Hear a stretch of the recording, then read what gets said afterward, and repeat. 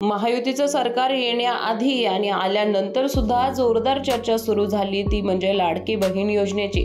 असं म्हटलं जातंय की लाडकी बहीण योजनेमुळेच महायुतीला मोठं यश मिळालं।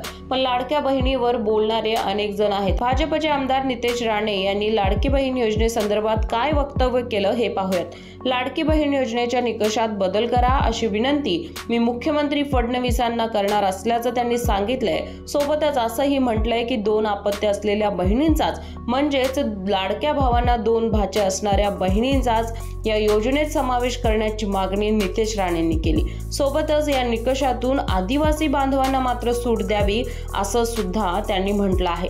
नितेश राणेंच्या या मागणीनंतर काँग्रेस प्रदेशाध्यक्ष नाना पटोले यांनी सुद्धा भाजपवर हल्लाबोल केला। पण यानंतर नितेश राणेंची पाठराखण करण्यासाठी शिवसेना खासदार नरेश म्हस्के यांनी म्हटलंय की हे विधान केवळ मुस्लिमांबाबत अजिबात नाहीये।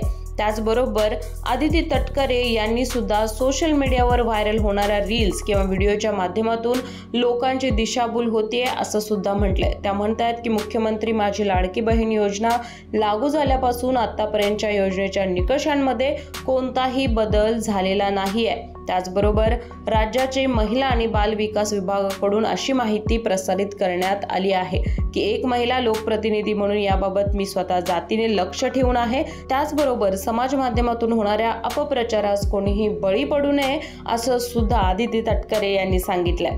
त्यामुळे नितेश राणेंची दोन भाचे असतील तरच लाडकी बहीणची योजना द्यावी ही मागणी कितपत योग्य ठरणार आहे, कितपत मान्य होणार आहे हा येता काळ सांगेल। तुर्तास याच प्रकारच्या अपडेट्ससाठी माय महानगर मानिनीला सबस्क्राईब करा।